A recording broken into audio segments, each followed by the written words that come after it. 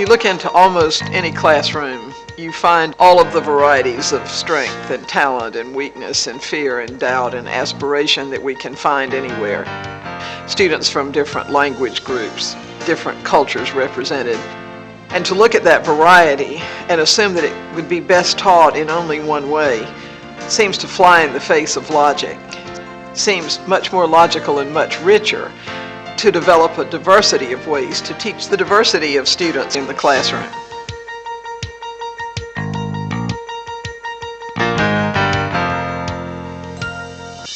We have ample evidence that it makes sense to teach with students' learning profiles in mind, and one way for a teacher to do that is to try to understand and address students' intelligence preferences. In this program, University of Virginia Professor Carol Tomlinson helps us examine the use of Sternberg's theory of intelligences as a basis for differentiating instruction at any grade level. We'll visit Regina Green's high school ecology class to see how she uses this strategy in her classroom.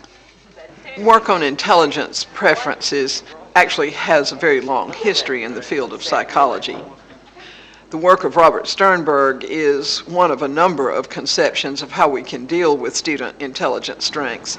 What we're going to do here is we're going to do an activity to explore food chains and hopefully see how food chains can affect multiple areas when we talk about ecosystems. So, let me give you this, because after you finish your project, this is what you should know. I like to use intelligent preference as a way to differentiate because the class has a wide variety of interest and learning preferences. And if I ignore the preferences, it seems that I am not able to hold their interest quite as well. Sternberg suggests that we have three potential intelligence areas. He's very clear that all of us have the capacity to think in all three and would have to in order to be functional, but we may well have preferences or strengths in one or two of the areas. His three proposed areas are analytical intelligence, practical intelligence, and creative intelligence. Analytical intelligence is schoolhouse intelligence. It's the kind of task we typically do in schools. Practical intelligence is contextual intelligence. Sternberg sometimes calls it street smarts. The third kind of intelligence he proposes is creative intelligence, which is imaginative problem solving. We've been talking about how energy is transferred through our ecosystem. Our unit that we are currently working on involves cycles in the ecosystem, and that involved a nice transition into food chains and food webs. As I plan, I want to make sure that I stay focused on what I want them to know and understand, even more than the individual task. I just keep going back to that main objective. There are 6 vocabulary words that express roles that are played out in the transfer of energy. And I want them to know those words and to be able to use those words easily as they converse about types of things that are transferred in the ecosystem. There are some vocabulary words that you need to know the meanings for: producers, consumer, herbivore, carnivore, decomposer, food chain, and food web. You need to understand how energy flows in an ecosystem. I want students to be able to understand that organisms have relationships that allow energy needs to be met. You need to understand the roles that organisms have in getting you that energy. You need to understand that food webs are very intricate food chains and that we are all related in terms of this. Okay? So what are you going to be able to do? You're going to be able to arrange organisms into a food chain or food web, explain their role, trace the transfer of energy from the sun to the highest consumer, define relationships in that food chain, use a food chain or web to make some decisions. You're going to work in groups, and at the end we're going to talk about our findings. I would like the students to be able to work together, to share ideas, to brainstorm, to bounce ideas off of each other, and come up with a final product.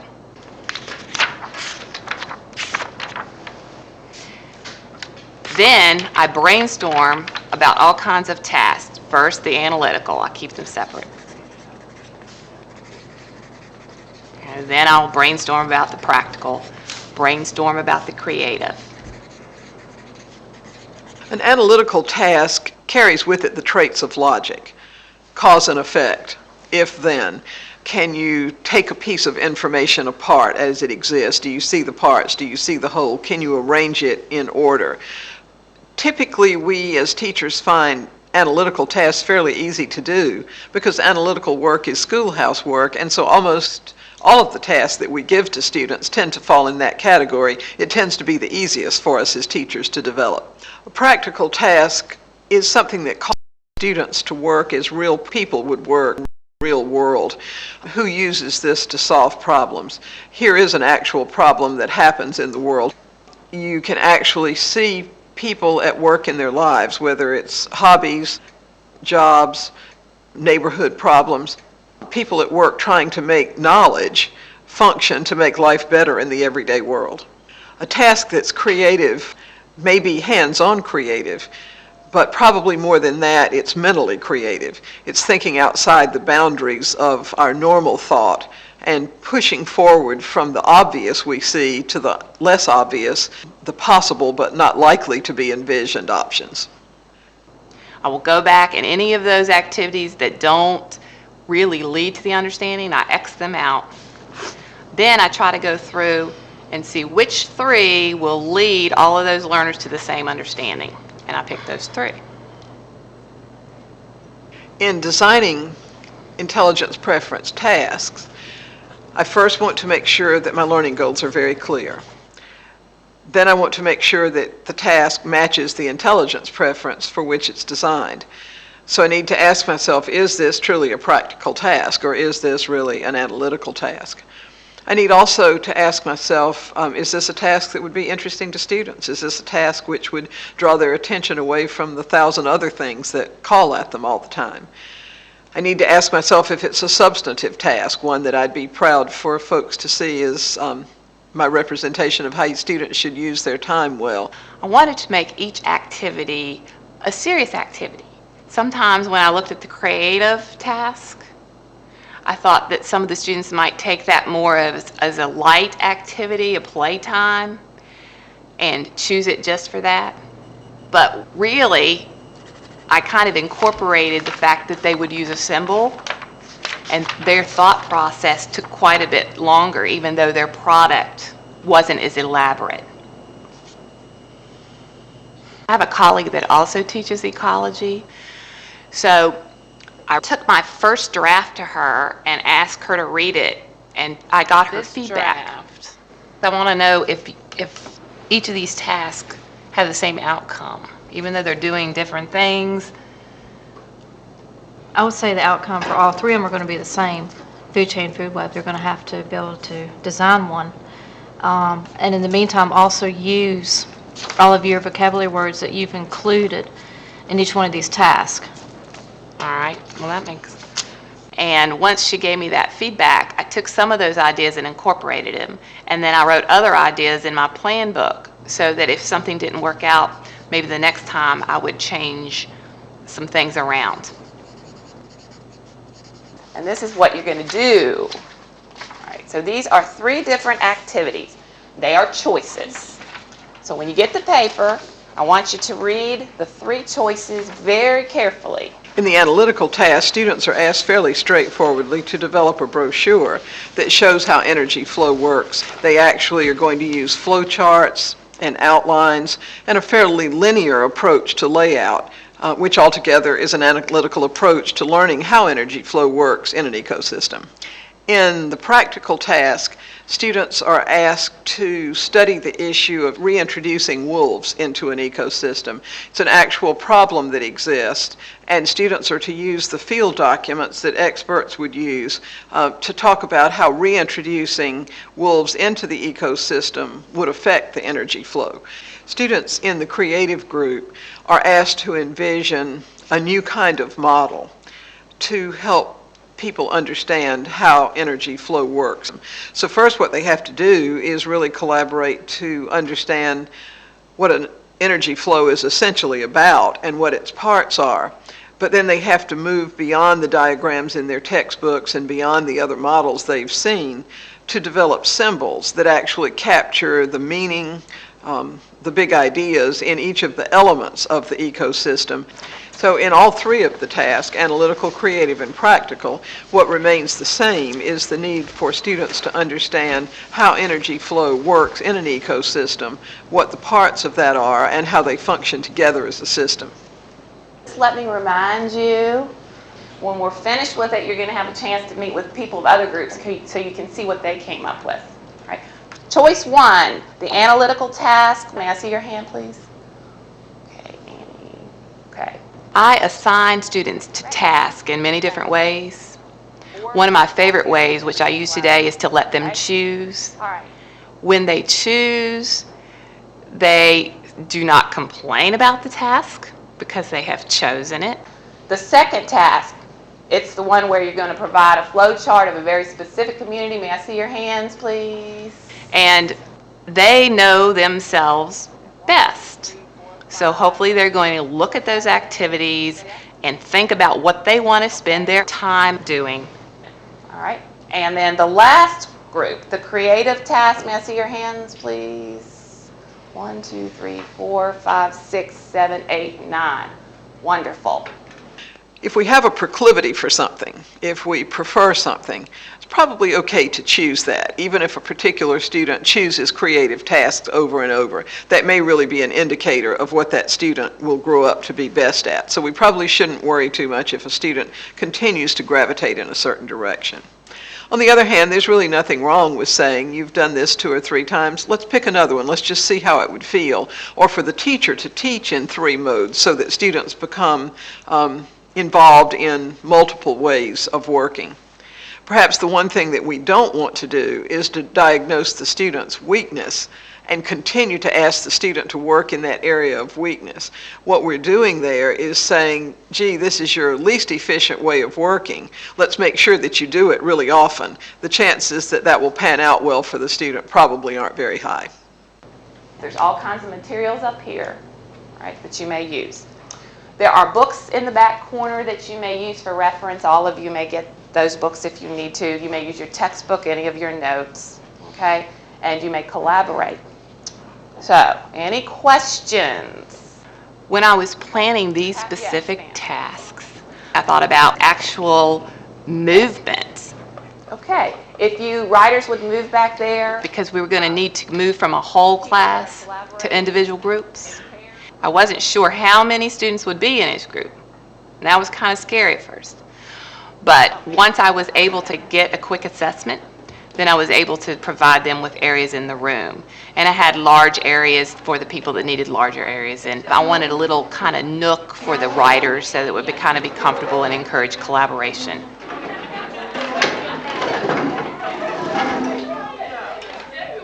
As students are working on assignments, the first thing I do is walk around and make sure that everybody has gotten started on the right track. When students are working on their intelligence preference task, it's a wonderful chance to listen to what they have to say, to follow their reasoning, and to probe their thinking. It's a great opportunity for teachers to use a little bit of time for just coaching on understandings and skills. It casts the teacher from being the presenter to being an active observer. Are we going to do an outline first, or we just write? Yeah, I think we should do an outline first. For the analytical task, I have asked the students to create a guide for an audience of middle schoolers. And I'm hoping this guide will actually be put to use so that the students will have a relevance, that they're actually producing a product that's going to be used. Discuss the relationship among the organisms. So how would we do that? But you also have to remember, though, in middle school, they don't go as in-depth with the everything as we do in high school. For the middle schoolers, we need to keep it, like, so don't come up with... interested and not like, okay, I don't want to read this anymore. Yeah, 'cause they're very easy to bore. Yeah. The analytical students will be able to collaborate, That shouldn't be too hard. bounce ideas off of each other, work together on an outline, but they'll each come up with their own guides. For the practical task, I asked the students to prepare a flow chart that shows how energy is transferred. They get to work in pairs. And I have given them a specific ecosystem, the northwestern United States. Oh, here's a wolf hunting party. They have some prior knowledge because we've talked about that ewosystem. I have some resources for them. The energy is going from the rabbit to the fox. I mean, wolf. We're gonna leave the rabbit white because it'd be like You're like an Arctic rabbit. Yeah. So they can't be seen. The creative task, I've asked them to come up with a symbol that represents different roles in energy transfer. Then they're going to put those symbols together to tell the entire story of that transfer. We talked about what an inanimate object was. We talked about symbolism. Students that were more successful in symbol making were able to help the others. And eventually they were able to come up with their models. That's decomposer. He has a trash can, which is an inanimate object, but that's a very good symbol to make me think about a decomposer. There are probably three ways, I suppose, to determine intelligence preferences for students. There are surveys that you can take that are formal surveys, hopefully with some reliability and validity, that students could complete and would give us a profile. A second way of doing it is sort of a trial and error thing where a teacher assigns students things, watch to see what works, converse with the students about it. If this one didn't work so well, let's try the next one. I think a very promising thing to do is simply say to the student, you know some things that work for you. When you read a choice, you can tell which one seems really worth your time and which one turns you off a little bit. I'm going to give you three options. How about if you pick the one that you think really would help you hit a home run? My sense is that children, even at a very young age, know what works for them. They know what they're drawn to. And sometimes that's not a bad way to start.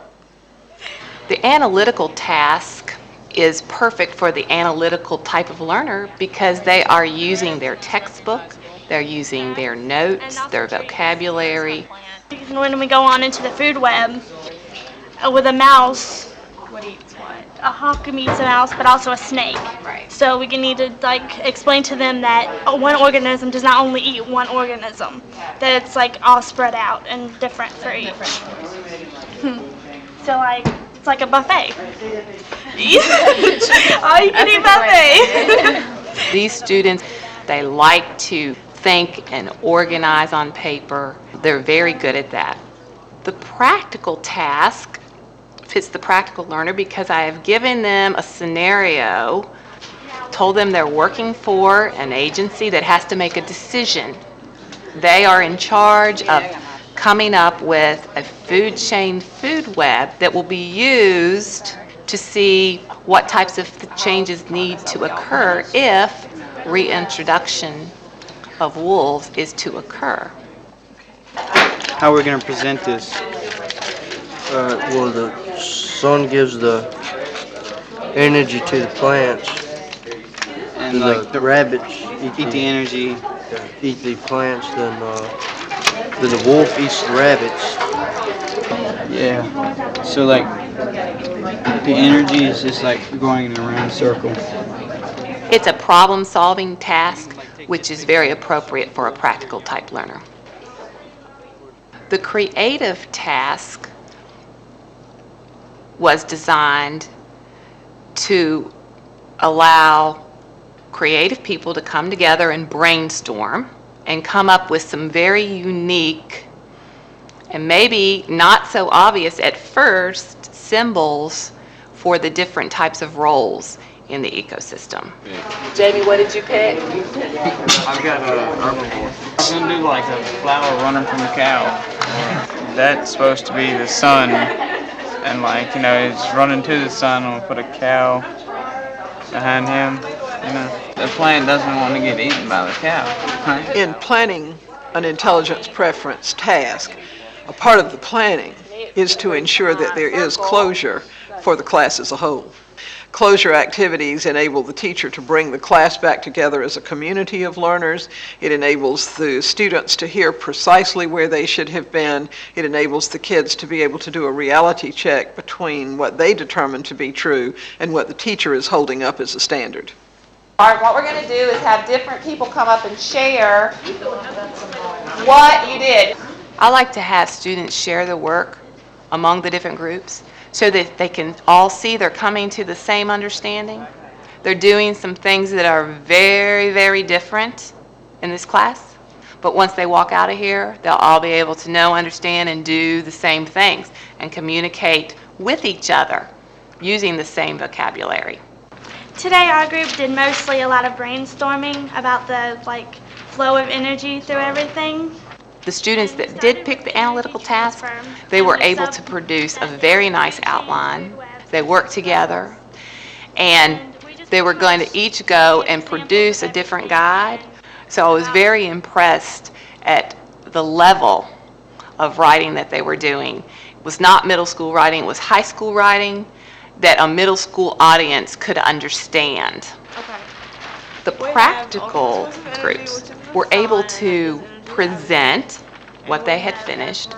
I'm going to ask them to talk about how this food chain, food web could affect whether the wolves are reintroduced to the northwestern United States.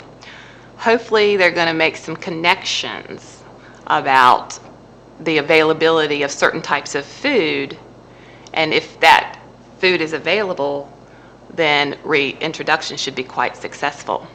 So I'm going to be watching for that. I did a trash can because the stuff you put in a trash can is eventually sent to a landfill and is decomposed there. I did the little vacuum cleaner because it takes everything in. The creative group finished their models, and they are going to put their individual symbols or models together so that they have the big picture, so that the transfer of energy and the importance of each individual organism is evident. When students can use their preferred intelligences in the classroom, they're more willing participants, more eager learners. They're more motivated to learn, they learn better, they transfer better. The classroom becomes the place that as teachers we'd like to think it would be almost every day.